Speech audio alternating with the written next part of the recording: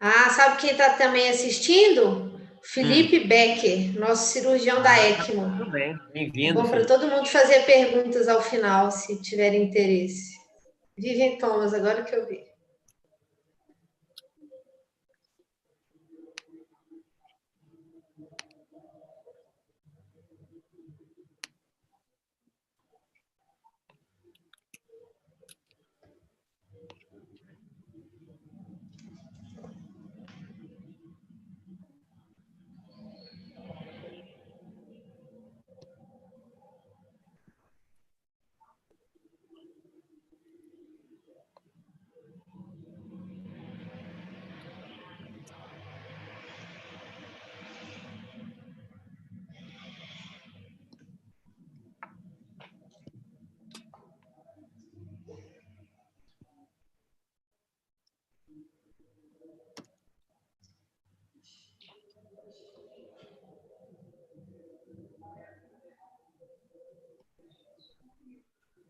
Temos quantos minutos aí, Luiz?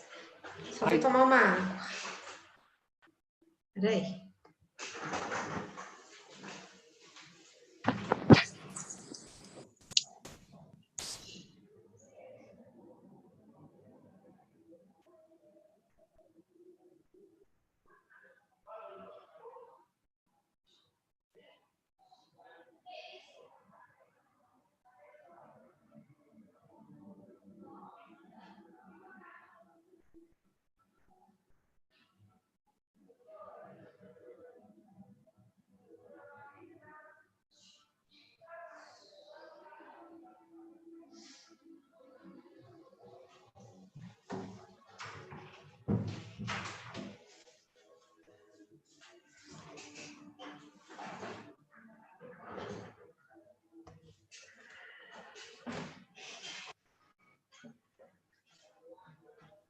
muito bem, vamos lá? Eu vou deixar você se apresentar, tá bom? Fica à Tá vontade, a bem. gente volta ao final para bater um papo. Muito simples a minha apresentação. Eu sou Marina Fantini, sou cardiologista pediátrica lá da Rede Mater Dei. E para mim é um prazer enorme participar desse momento, dessa aula. Confesso para vocês que não é o meu habitual, assim, acho que fiz poucas aulas como live pela internet, então tenho um pouco de dificuldade de não ter um tete-a-tete assim, com quem está assistindo. Então me perdoe por algum momento de ansiedade, e tomara que eu consiga superar isso e passar para vocês algumas informações sobre a cirurgia cardíaca. E como é que eu vou passar agora a aula, hein, Luiz? Só passa normal, vê se ele está passando. Passou, não? Não.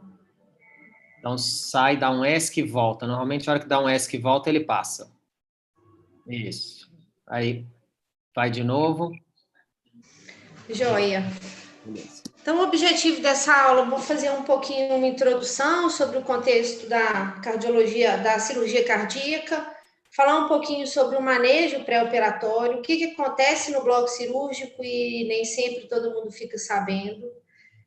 Como receber um paciente num PO de cirurgia cardíaca dentro de um CTI, um pouquinho de manejo pós-operatório, aspectos gerais e um pouquinho de manejo específico, e de uma forma bem passando assim as complicações mais prevalentes do pós-operatório.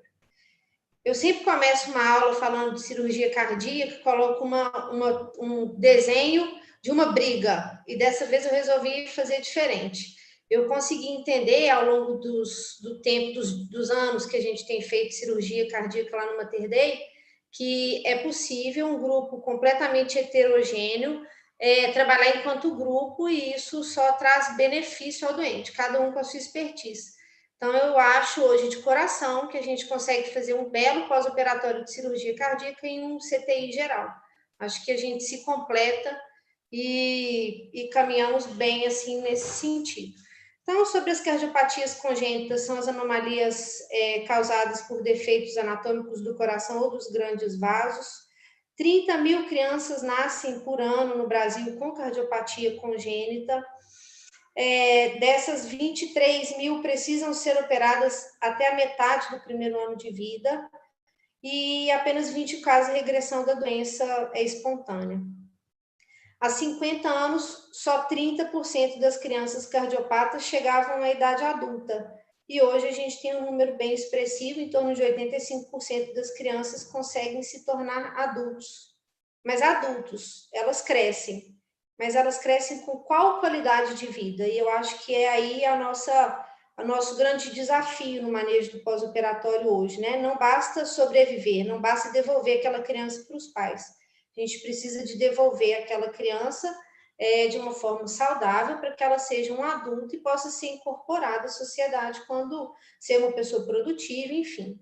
E hoje o que mais se discute no pós-operatório de cirurgia cardíaca é exatamente com relação às comorbidades daquele paciente. E muito passa pela questão neurológica, o desfecho neurológico daqueles pacientes. A literatura é toda convergente nesse sentido, de que uma criança que passou por uma cirurgia cardíaca, principalmente submetida à circulação extracorpórea, tem um desenvolvimento neurológico prejudicado, déficit motor, tira nota pior em matemática, tem um desenvolvimento ponderoestatural pior do que os meninos que não passaram por essa injúria. E eu acho que é mais ou menos por aí o que a gente precisa de trabalhar para prevenir esses desfechos ruins, principalmente do ponto de vista neurológico. Então, hoje, o objetivo da cirurgia cardíaca, claro, reduzir a mortalidade. A gente já diminuiu muito, mas a gente precisa de diminuir mais. Os grandes centros hoje trabalham com uma mortalidade em torno de 1%, fazendo todo tipo de cirurgia. E aqui os centros brasileiros trabalham com uma mortalidade entre 5% e 10%. Reduzir a morbidade da cirurgia cardíaca para a gente devolver aquela criança para casa e para aquela criança viver com qualidade de vida, né?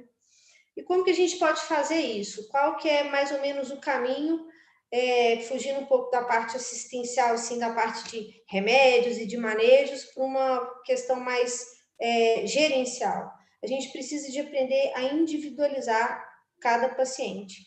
As cardiopatias não são iguais, apesar de elas terem o mesmo nome. Um coração nunca é igual ao outro, apesar deles terem um DSAV total, um neném nunca é igual ao outro, cada um tem a sua particularidade. E, além de individualizar cada paciente, é preciso que a gente tenha uma interação muito multidisciplinar. Então, o cirurgião precisa de saber quem é o doente que ele vai operar, o anestesista precisa de entender qual que é aquela situação do neném, como que ele se comporta, como que é a fisiopatologia da doença. O cardiologista tem que estar inserido nesse contexto e, óbvio, o intensivista que vai receber esse bebê no pós-operatório. E o outro pilar que estrutura um resultado melhor na cirurgia cardíaca nós precisamos de entender quais são as interações do coração com o resto do organismo, né? Às vezes a gente fica pensando ali só no eco, no exame, e esquece que aquele coração está interligado a todos os outros sistemas, e cada sistema sofre de uma forma diferente a injúria da cardiopatia e a injúria da cirurgia cardíaca. Então, esse entendimento fisiológico é muito importante aí, na busca por um melhor resultado, tá? Então, dividir um pouco a aula entre manejo pré-operatório, pé-operatório e pós-operatório. E sobre o manejo pré-operatório, eu acho que a qualidade desse manejo está estruturada em 3 pilares. O primeiro é o entendimento da anatomia daquela criança. O segundo é organizar medidas para que a gente consiga otimizar a DO2 e a VO2, para que depois a gente consiga planejar um tratamento de uma forma adequada, seja no tempo adequado, a cirurgia adequada, enfim, um procedimento. Coloco esse slide para dizer que as cardiopatias congênitas, apesar de elas serem divididas teoricamente em cardiopatias cianogênicas e acianogênicas, às vezes elas não se comportam dessa maneira. Então, elas não podem ser protocoladas em um pacote e esse pacote vai ser conduzido dessa maneira. Trouxe um exemplo aqui. Por exemplo, a gente tem a tetralogia de Fallot, que é a cardiopatia cianogênica mais prevalente, né? Então, tetralogia de Fallot, o menino é roxo. Às vezes não. Às vezes o neném tem uma CIV grande, uma estenose pulmonar pequena, ele é uma tetralogia de Fallot por uma questão embrionária, mas ele se comporta como hiperfluxo. então ele às vezes não precisa de prostin, às vezes ele não precisa de oxigênio. Outra cardiopatia muito prevalente, principalmente nos meninos com síndrome de Down, é o DSAV total, que é uma cardiopatia taxada como uma cardiopatia não cianogênica, de hiperfluxo. Mas, por vezes, ela apresenta um shunt tão importante dentro do coração, até do ventrículo esquerdo para o átrio direito, que essa criança se torna uma mistura de sangue tão importante no meio, que essa criança tem uma saturação de 85%. Mesmo assim, ela é enquadrada em uma cardiopatia não cianogênica. E aí, e se eu ofertar oxigênio para essa criança, o que vai acontecer com ela? Um menino que já vive em um regime de insuficiência cardíaca. Eu vou piorar essa insuficiência cardíaca. Então, a gente precisa mesmo de individualizar cada coração e parar de taxá-los, colocá-los em protocolos pré-estabelecidos. Outra cardiopatia, né, que eu sou fã e adoro entender um pouco melhor, que é o coração esquerdo hipoplásico, também tem uma questão fisiológica, um manejo muito especial. Pensa que o ventrículo único, que é o ventrículo direito, manda sangue para as duas circulações, para a circulação sistêmica e para a circulação pulmonar.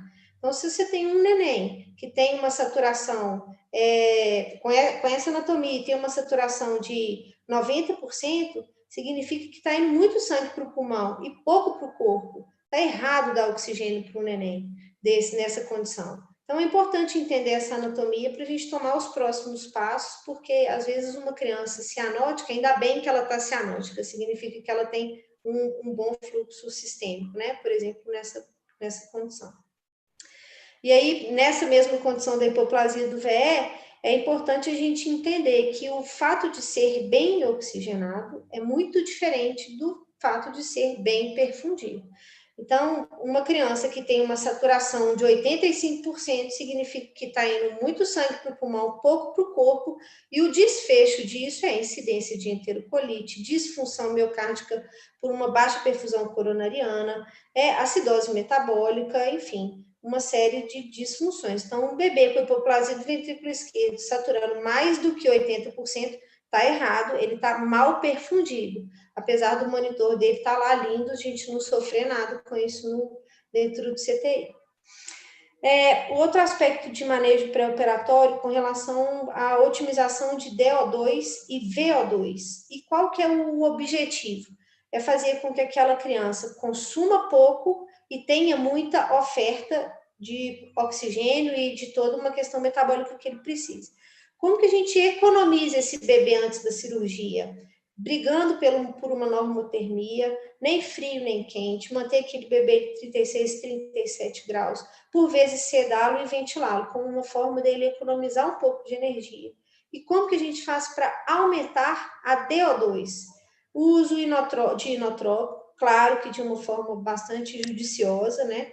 Às vezes a gente precisa de ofertar um pouco de transfundir para aquela hemoglobina subir e o conteúdo arterial de oxigênio melhorar. Às vezes a gente precisa de fazer uma atrioseptostomia com o objetivo de misturar, aumentar a mistura sanguínea e melhorar a qualidade de sangue que vai ser ofertado ao corpo, à circulação sistêmica.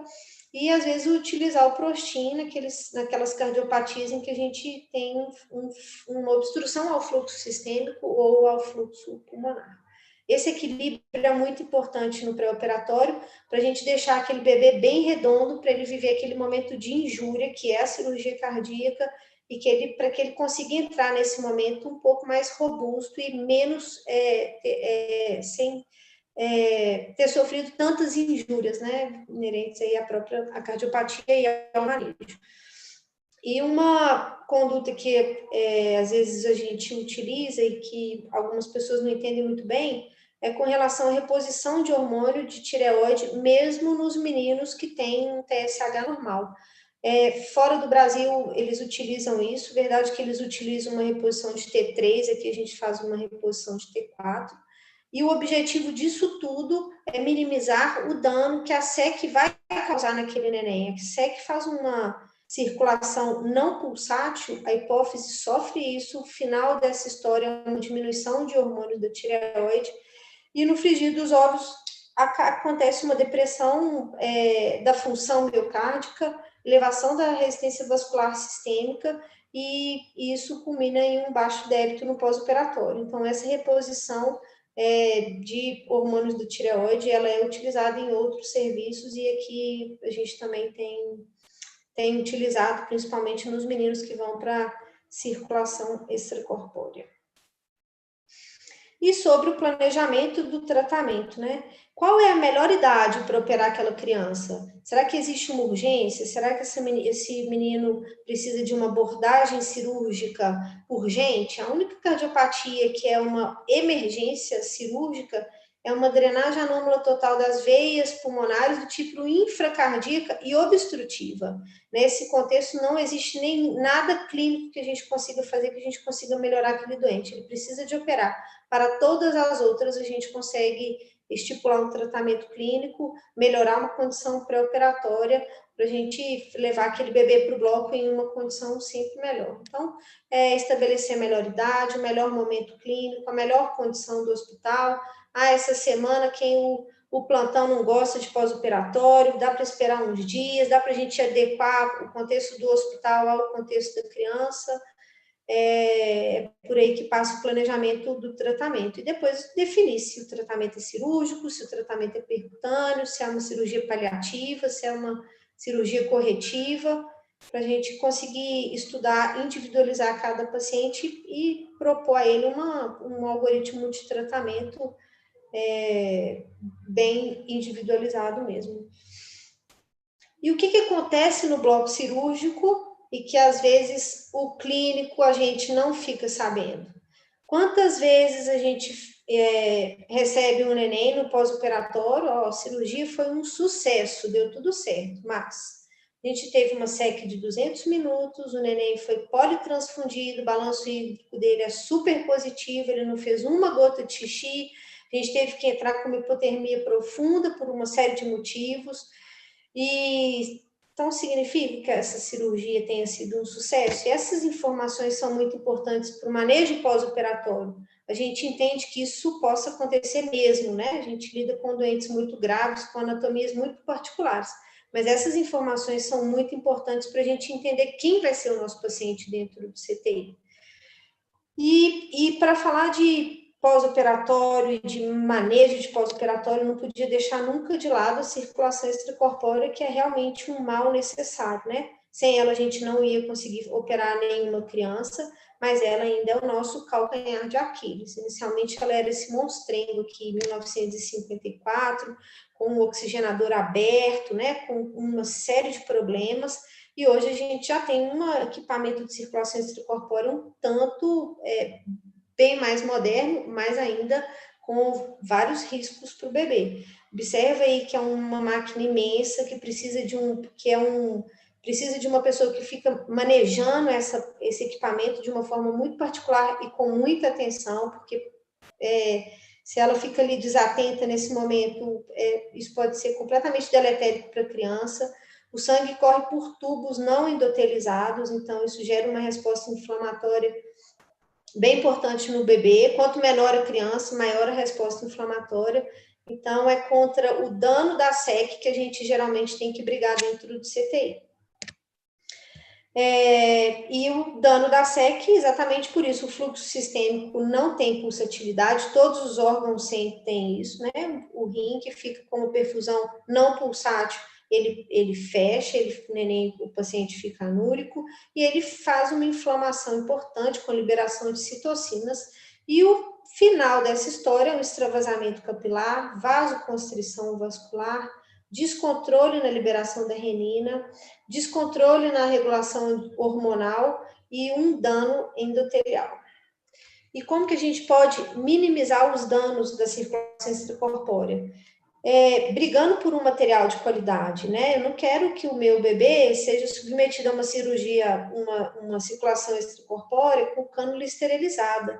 Eu quero que o oxigenador seja adequado para o tamanho dele, que seja um oxigenador menos agressivo, que faça uma interface mais soft com aquele sangue e com aquele paciente, né? Eu não quero que uma criança de 5 quilos receba um prime de 400 ml de solução cristalóide sem nenhum preparo, uma solução cristalóide, gelada. Então, esses detalhes da cirurgia cardíaca precisam ser muito bem cuidados para que a gente consiga colher alguns frutos melhores no pós-operatório, né? Quanto menor o meu tempo de circulação de SEC, melhor. Eu quero que o meu paciente seja reaquecido de forma lenta. Não quero que ele saia de 28 graus para 37 em 5 minutos. Eu não consigo vasodilatar a periferia quando esse reaquecimento ele é rápido. Eu quero que ele seja lento para que a gente consiga trazer para a criança, trazer a criança para um ambiente mais fisiológico, né? Que a gente consiga. Então, esses são questionamentos que precisam estar sempre, a gente precisa estar sempre atento a eles.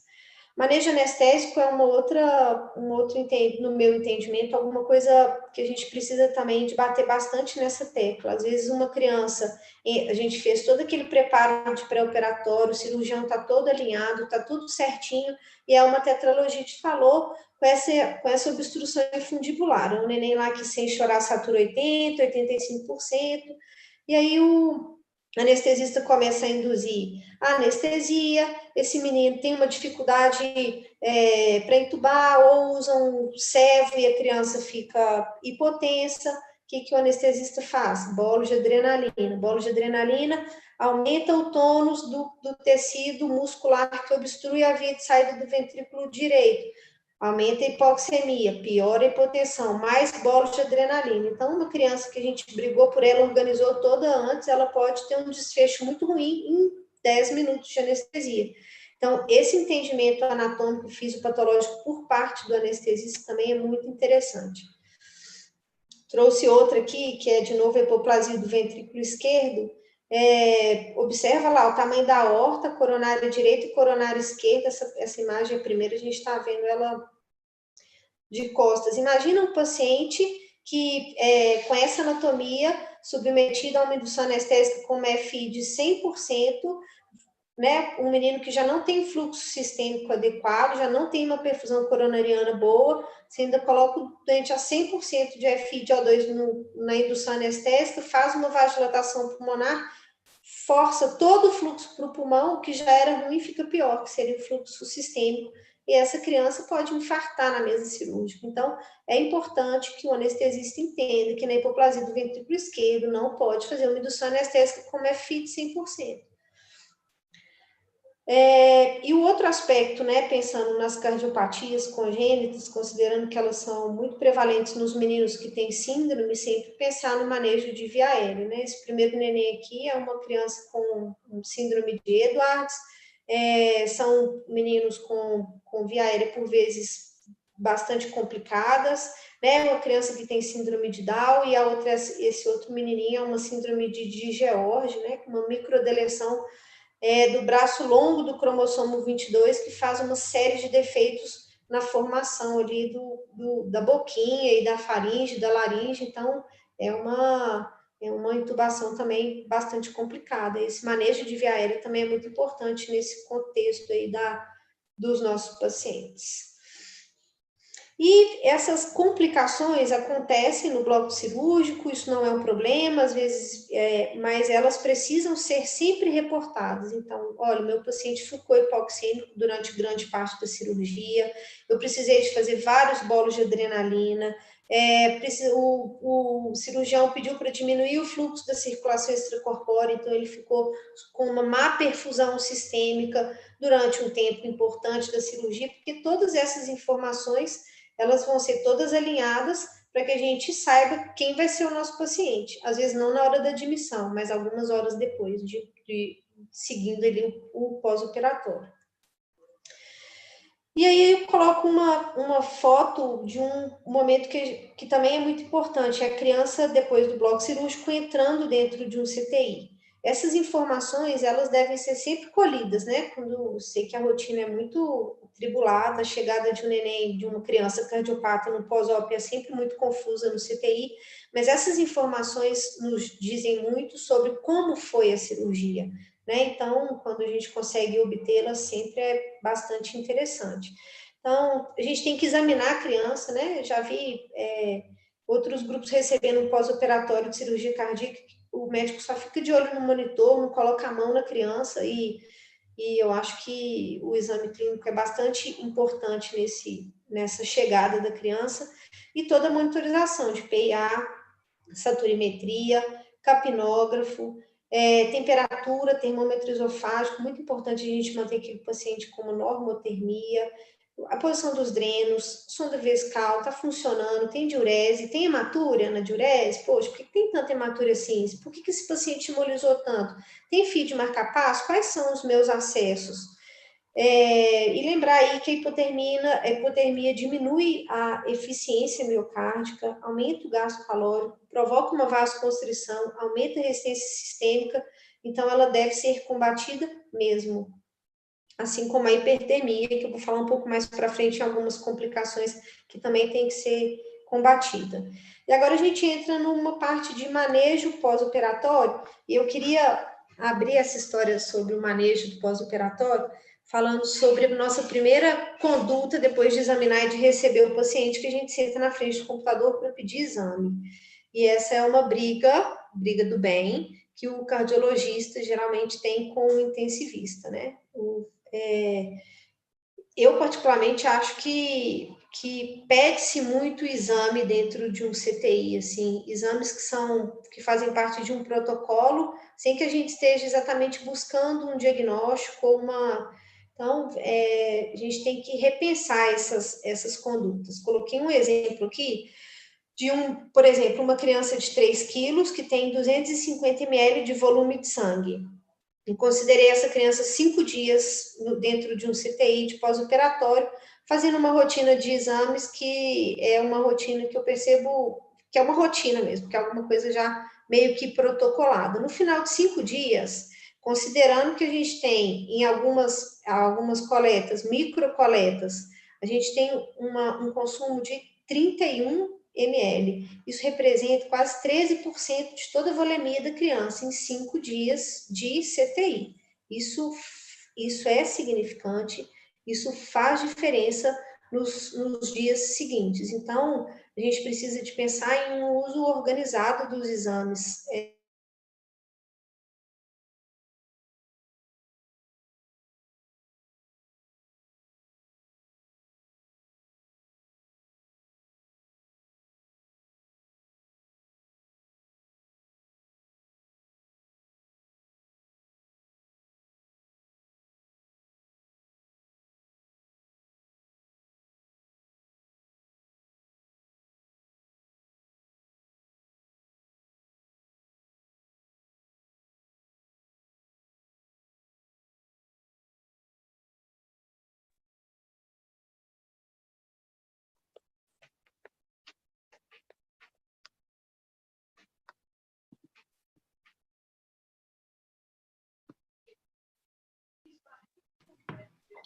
Só um minuto que eu acho que caiu.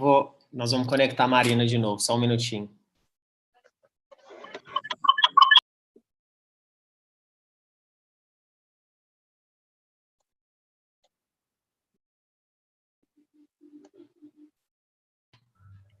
Ei, Marina, acho que caiu. Travou a hora que você estava na coleta de exame laboratorial. Ah, tá.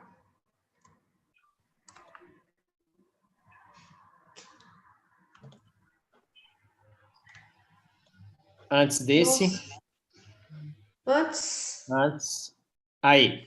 Você tinha terminado aqui o 13% de volemia nos 5 dias, foi a hora que caiu. Tá.